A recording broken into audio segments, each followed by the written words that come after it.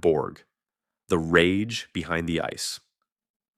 Famously unknown, they called him Ice Borg, a teenager who could stare down the biggest moments in tennis without a flicker of emotion, cool, silent, untouchable, while the sport around him fell apart in tantrums and tears. It became one of the most famous nicknames in sports history.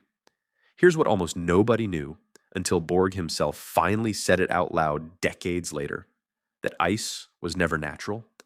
It was built brick by brick out of pure shame, and underneath it was a man who spent the next 20 years quietly falling apart in ways the public never saw.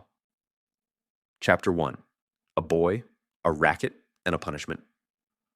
Björn Borg was born in Stockholm in 1956, an only child, raised in the working-class suburb of Södertälje by his parents, Rune and Margareta. Björn's first love wasn't even tennis. It was ice hockey. At 9 years old, he was the starting center for his local junior team, dreaming of playing for Sweden one day. Everything changed when his father won a tennis racket as a prize in a table tennis tournament and handed it to his son. Björn spent hours alone, hitting a ball against the garage door, teaching himself the heavy topspin that would later define his entire career. Nobody pushed him into it. It was entirely his own obsession. But the boy who first picked up that racket had a genuine temper, smashing rackets, swearing, even cheating on line calls. By his own later admission, he behaved, in his words, the worst you can imagine. At just 12 years old, it caught up with him. His hometown tennis club banned him for 6 months. When he finally returned to the court, he made himself a promise. He later said he didn't open his mouth again during a match for years afterward. Not because he'd found inner peace, but because he was simply too scared of being suspended a second time. Chapter 2. The control that followed. What replaced that anger wasn't peace. It was total, obsessive control. Decades later, asked if he'd actually been calm inside during those years, Borg gave a one-word answer: boiling. He simply never let it show again. During tournaments, as long as he kept winning, Borg wouldn't shave. He avoided sex. He needed 9 to 10 hours of sleep a night. He stayed in the exact same hotel suite every single year at Wimbledon, drove the same route, practiced on the same court at the same time each morning. Nothing was left to chance, because chance was the enemy of the boy who'd once lost control and paid for it. It worked, spectacularly. Between 1976 and 1980, Borg won 5 consecutive Wimbledon titles, along with 6 French Open crowns. By his early 20s, he was already being talked about as the greatest the sport had ever produced. His self-control became so famous, it outlasted his career. Years later, hired by the BBC to commentate a Wimbledon final, his co-commentator begged him to actually share an opinion. Borg simply replied, "Why should I? John's obviously going to win." He was right. He usually was. Chapter 3. The Pool in Long Island. His defining rivalry was with John McEnroe, loud, volatile, everything Borg wasn't.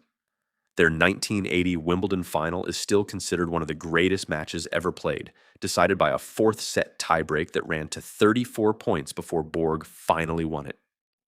A year later, McEnroe beat him in the Wimbledon final. Then, months after, McEnroe beat him again in the US Open final. What happened next is a scene Borg only revealed himself decades later. Friends had planned a party at a house on Long Island expecting a celebration. Instead, Borg sat alone in the swimming pool drinking beer, his head spinning. He later wrote it down plainly. He realized, right there in the water, that he was finished. "All I could think," he later wrote, "was how I didn't belong in this world anymore, and how miserable my life had become. Everything felt ice cold and crushing." The same word he'd spent a lifetime building his whole identity around. Ice. Except this time, it wasn't control. It was collapse. Chapter 4. The Sudden Stop. In 1982, Borg played only 2 tournaments all year, skipping every Grand Slam. In January 1983, at just 26 years old, He shocked the world by announcing his retirement outright. His then-wife, Romanian tennis player Mariana Simunescu, later described what came next. Borg, she said, was completely lost. He didn't know his place in the world anymore. He'd spend his days watching television, then go out at night with what she called the night people. He wanted another life. He simply had no idea what that life was supposed to be. The marriage didn't survive it. They divorced in 1984. Chapter 5, Studio 54 and the Years Nobody Talks About. What followed was the part of Borg's story that gets almost no attention next to his tennis career, and it was genuinely wild. In 1982, in New York, he tried cocaine for the first time. His own reasoning, by his later account, was simple. He wasn't playing tennis anymore, so what was the harm? It became a habit that consumed most of the decade. He became a regular at Studio 54, the legendary New York nightclub, rubbing shoulders with Mick Jagger, Elton John, Rod Stewart, and Sting. Later, based in Los Angeles, he spent time at the Playboy Mansion. In his own words, the place was full of temptations of every kind, and it was hard to say no. The man once worshipped for his icy, untouchable self-control was, by his own account, chasing exactly the opposite. Anything that could replace the high that winning used to give him. Chapter 6. Twice. Nearly gone. Twice, in the middle of that decade, Borg nearly died. In February 1989, Borg was rushed to hospital in Milan after taking 60 sedatives. Police at the time officially classed it as an apparent suicide attempt. It was his fiancée, Italian singer Loredana Bertè, who found him and called the ambulance. Borg and his team publicly denied it was suicide, and Borg himself has since insisted decades later that it was accidental, not intentional. Which version is true depends entirely on whose account you believe. They married later that same year. The second time was worse. In the mid-1990s, Borg suffered a heart attack while standing on a bridge in the Netherlands. His heart genuinely stopped. He was only saved by the quick reactions of strangers passing by. What happened next is the detail that says more about Borg than almost anything else in his story. His father flew out to collect him from the hospital and bring him home to Sweden, to his mother. On the entire flight back, father and son didn't speak. "We didn't even know how to begin discussing it," Borg later wrote. His parents never once offered him help finding treatment. He was left to face the addiction entirely alone. The boy who learned at 12 that showing pain got you punished had grown up in a family that, it turned out, couldn't discuss pain either. Of that whole decade, Borg later wrote simply, "The 90s feel like one long stretch of wasted time." Chapter 7. The Marriage, and a claim that surfaced decades later. Borg and Bertè's marriage lasted 4 years, ending in divorce in 1993. In her own memoir, published in 2015, Bertè made a startling allegation, claiming Borg had a habit of hosting what she described as sex parties, including once renting out an entire floor of a hotel and filling it with prostitutes. Whatever the truth of it, it was a very long way from the image of the disciplined, controlled young man the world once knew. Chapter 8. The Collapse and the Trophies. Behind all of it, Borg's finances were falling apart too. He'd poured his fortune into a fashion business that collapsed into bankruptcy by 1990, spending much of the following decade in court, eventually settling with 11 creditors owed more than $1 million. In the early 1990s, still searching for the identity tennis had once given him, Borg attempted a genuine comeback, using his old wooden racket, refusing to switch to the modern equipment that had transformed the sport entirely. He lost every match he played. Then, in 2006, came one of the strangest chapters of all. Borg announced plans to auction his 5 actual Wimbledon trophies. His old rival John McEnroe called him more than once, asking if he'd gone completely nuts. Andre Agassi and Jimmy Connors reached out too.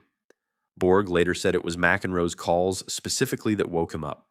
He pulled the trophies from auction and bought them back himself, at a higher price than he would have gotten for them. He first explained the sale as being about financial security. Later, he insisted the opposite, that he wasn't poor at all, that he'd simply grown tired of looking at old memorabilia. Which version was true? Even Borg himself never fully settled. Chapter 9. Finding Peace. In 2002, Borg married Patricia Ostfeld, a real estate broker. The following year, they had a son, Leo. Unlike the chaos of the decade before, this marriage held. Borg later reflected that a man who isn't at peace with himself has no chance of making a marriage work, no matter how many times he tries. In 2017, Borg fully reconnected with the sport that once nearly destroyed him, becoming captain of Team Europe at the Laver Cup, a role he's called the most fun of his entire post-tennis life. In 2023, doctors found something troubling in a routine test right before he was due to fly to Canada for the tournament. He went anyway.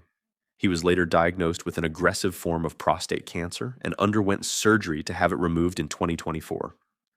He describes himself as in remission now, and though not fully clear. Every 6 months, he says, he still has to go back and be checked. It's something he now has to live with, permanently, rather than something that's simply over. Today, Leo Borg is a professional tennis player himself, carrying his father's name onto the same courts, under a shadow few athletes' children ever have to play beneath. Sign off.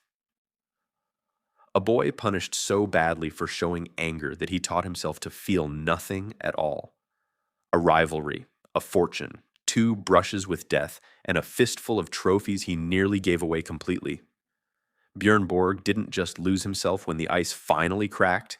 He spent the better part of 30 years quietly trying to find out who he was underneath it. That was famously unknown. Every legend has a secret. Thanks for listening, and we'll see you next time.